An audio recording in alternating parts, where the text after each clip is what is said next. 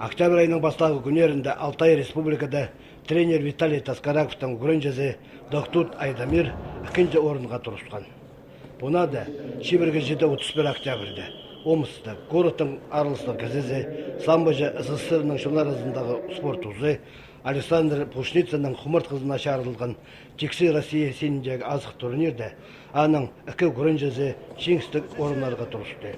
Хакасияның 4 спортсмен жүргенер біздің.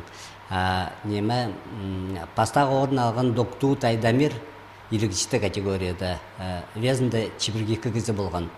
Алтын медаль ағылған. Норматив мастер спорта Россияның толдырған.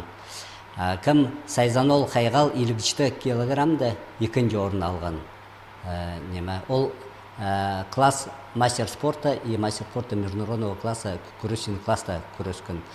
Финалда Қазақстанның келген мастер спорта международного классаға отырсылған. Тренер Виталий Таскараковтың іздесті күрінжелері қонжық тывадың келген олар.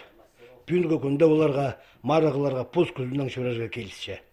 Мұның мұндар марағыларға шөрері тоқтатылбыз. Пөгінер еледі. Бұл жағында біз темненчес Сибирский федеральный округ. Ол ертер 12 декабрьда немеде Улан-Удэ города Бурятияда болар. Ағам сборлар ертерес и темнен пандар алдыр команда, сборная команда Хакасияны апарыз. Сейдік тұстарда болса, самманың айғыз шыққан спортсменінің шедігілері Хакасиядағы шолны өріндірерлер. Ол спорт көрімі, телер, аға, қайық өзер.